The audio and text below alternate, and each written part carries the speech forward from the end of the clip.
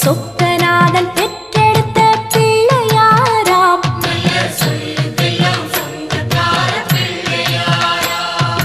கைலாய மலைய விட்டு தெற்கே வந்தாராம். இந்த பிள்ளையாரு பட்டி கண்டு இருந்து விட்டாராம்.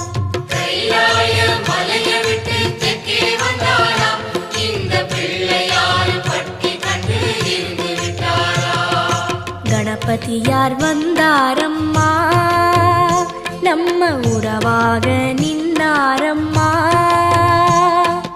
கணபதியார் வந்தாரம்மா, நம்ம உறவாக நின்னாரம்மா. சொக்கநாதன்